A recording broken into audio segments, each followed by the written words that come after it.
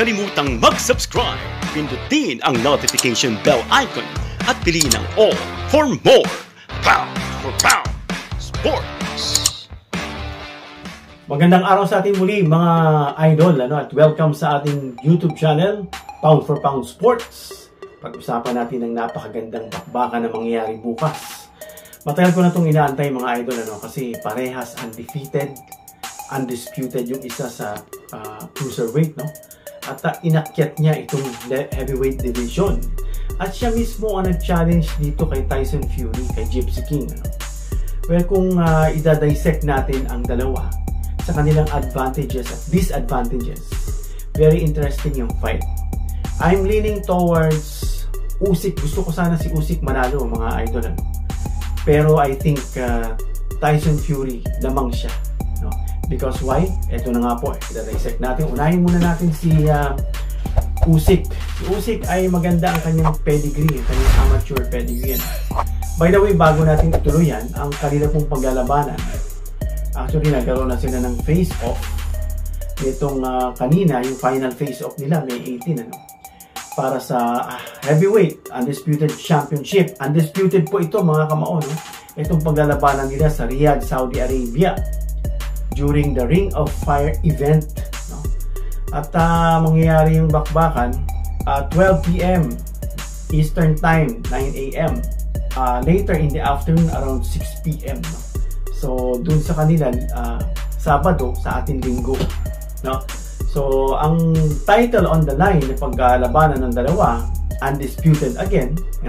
Yung pinakahuling naglaban para sa Undisputed ay si Lennox Lewis sa heavyweight division, at si Evander Holyfield. At nanalo nga dito si Lennox Lewis. Yung Undisputed na yan, galing ni Tyson, tinalo siya ni Holyfield, tinalo naman ni Lennox si Holyfield. At ngayon, it's between Fury and Usyk. Paglalabanan ang 4 na belt, undisputed. Hawak ni Usyk ang WBC, WBA, WBO at IBF. Yan po ang kanilang paglalabanan. So again, as I said, gusto ko sana manalo si Usyk. Pero sa nakikita ko mga idol, sa style, lalo na sa size, kung papansinin nyo kung paano i-deal ni Tyson Fury itong si Usyk, talagang pinamumukha niya, pinamumukha niya na ikakapitalize niya yung kanyang size. Ang tawag niya nga is little man, middleweight, kasi ang laki nitong si Tyson Fury. Tyson Fury stands 6'9", at I think tumimbang siya sa weigh-in ng 260, while Usyk around 230, So 6'3" si Usyk, 6'9" naman si Fury. 6 inches ang difference. Nung naglaban si Usyk at si Joshua, ang nakikita mo na rin, ang laki ng agwat ni Joshua, 3 inches yun, Pero pagdating dito kay Fury, may kita mo lalo. So, dissect natin mga idol, kung bakit at ano ang advantages at disadvantages ng dalawa. Unahin natin si Alexander Usyk. Maganda po ang pedigree ng career nitong si Usyk sa kanyang amateur. Isa siyang Olympic champion. Yan yung mga magagandang record niya. At actually, in-acknowledge siya ni Tyson Fury.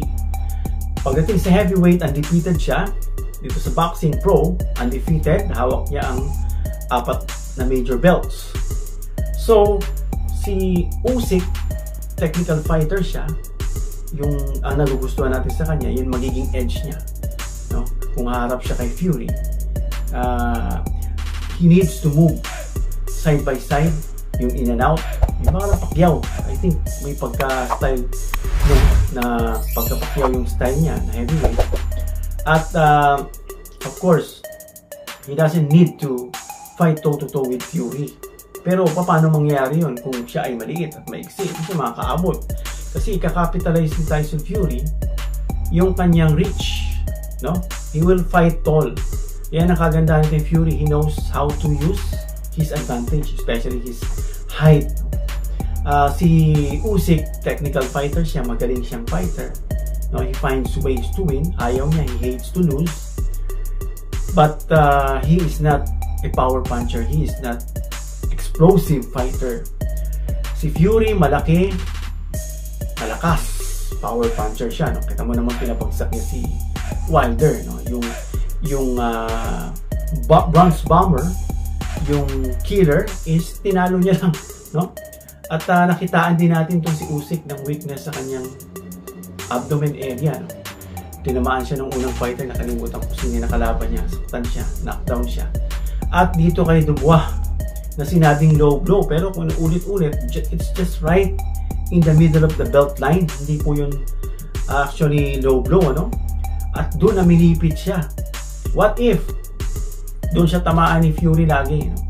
Titirahin siya na titirahin, pero it would be hard for Fury to do that because maliit nga si Usyk. So kailangan niya, either kailangan niya ibuka yung paa niya o kailangan niyang yumuko, mag-bend, no? At chances are, kapag nagbe-bend ka, lumalapit ka sa kalaban at inaantay kang gawin yun, pwede siyang timingan ni Usyk sa mga errors na yun. So it would be hard also for Fury na mag-concentrate dun sa katawan, unless na lang kung mabilis siya at kaya niya mag-fix, no, and things para lituhin, doon ang concentrate niya. And ito naman kay Usyk, no, so nakita natin sa mga opinion ng mga experts, no, pwede siya kasi matangkad, so kaya kung nakikita natin training ni Usyk, he's looking up, he's preparing for Fury, but he can also concentrate on Tyson Fury's stomach area, no, yung torso, yung gitna, yung chan. Kasi yun yung medyo mas maabot niya. Although abot niya naman, pero ando dun yung sinasabi natin mas focus sa kanyang eye level, no? Kasi the more you hit your opponent with the right up, with your upright, I mean your hands towards pataas, chances are medyo mapapagod. Pero kung train naman talaga dyan si Usyk, no problem sa kanya, no? Si Usyk was able to fight taller fighters, but I'm not sure if he was able to fight much taller like Fury, you know, 6'9" na. So again, as I said earlier, I'm trying. I want Usyk to win, but I think Fury, no, will capitalize his advantage, no, at eventually baka even ma-stop niya itong si Usyk o matalo niya. If not, dadaanin siya ni Fury sa points. Si Fury kasi babato lang yan ang jab niya. He will not let Usyk, no, nakapasok. So he will use his jab na advantage niya nga at tapunan niya, and he will fight tall. So it would be very hard for Usyk, no? At kung titignan natin sa betting odds, mga idol, ano, Fury is rated 3-1, no, win by KO, TKO, and 2/1 by decision. With Usyk naman rated 5/1 to win by knockout, 7-4 by decision. The draw is a 12-1 shot. In other words, ang favorite po, slight -130, ano? Favorite. Risk $130 to win 100, no? Kung kay Fury ka tataya. While kay Usyk naman, plus 110 in the latest Tyson Fury Alexander odds, no? The over and under for total rounds completed 10.5 with the over favored of -275. Slight favorite si Fury, no? So again, as marami ring expert, no, they like Usyk, but he will not win against Tyson Fury.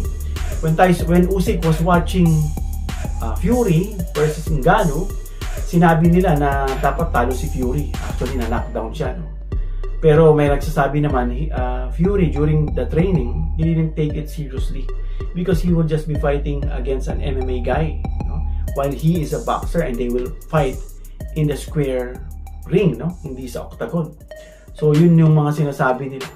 But then again, Fury is elusive, no? Magalaw siya, mabilis siya sa height niyang 6'9", at siguro, I don't know kung magdadagdag pa siya ng timbang, ano? No, I think kung gusto niyang i-knock out talaga itong si Usyk, I think magdadagdag pa siya dyan. Yung 260 niya, no? Pero pwede rin magstay siya sa 260 lang, and he will capitalize yung kanyang advantage na height plus yung speed, no? At yun po yung mga nakikita natin. Sayang si Usyk sana kung medyo explosive siya. Medyo siguro masasabi natin this could be a 50-50 fight. But again, maraming mga eksperto ang nagsasabi na mananalo si Tyson Fury. And Tyson Fury also is a smart fighter. This is a fight between two caliber fighters. wala pang talo itong mga to. At talagang sabi nila yung mata ni Usyk is decidido, the fierce eyes, to win. I hope. So, at nababalitaan din natin na he will use an orthodox stance and he will try to fight Fury in an orthodox stance. Marami nagsasabi na wag na, you remain on your stance kasi doon ka used to, no? Except lang kung shifter ka kagaya nila Crawford, no, na pero kung saan ka doon, yun ang i-utilize mo at improve mo at i-design mo yun, yung fight na yun against Fury, no? At find his flaws. Sabi niya ni Usyk, he knows Fury's weakness at kasama dun yung kanyang bipolar, ano? So it is a mind game, but Fury is actually trying to dismantle, no, Usyk by playing mind games. At style nila yan, yung nangaharas. Kita mo yung ulo niya, dinidikdik niya, hinaharas niya na si Usyk. He was trying to put imbalance, no, dun kay Usyk para from there pumasok siya, makapenetrate siya sa isip ni Usyk. And if that happens, medyo tagilid na si Usyk, no? Because he's trying to get into Usyk's mind. Anyway, yun nga po, no, I think this fight is 60-40 because as I said, Fury is fast, elusive, he has power, he has the height, no? He has the reach, fighting against a 6'3". Kumbaga sa leveling, parang nagmumukhang ang middleweight na to si Usyk. And again, sana may explosive power lang to si Usyk, and that can at least even, ano, with Tyson Fury's leverage. So, sa tingin nyo mga idol, sinong mananalo sa dalawa sa bakbakan nila bukas? Comment down below your opinion.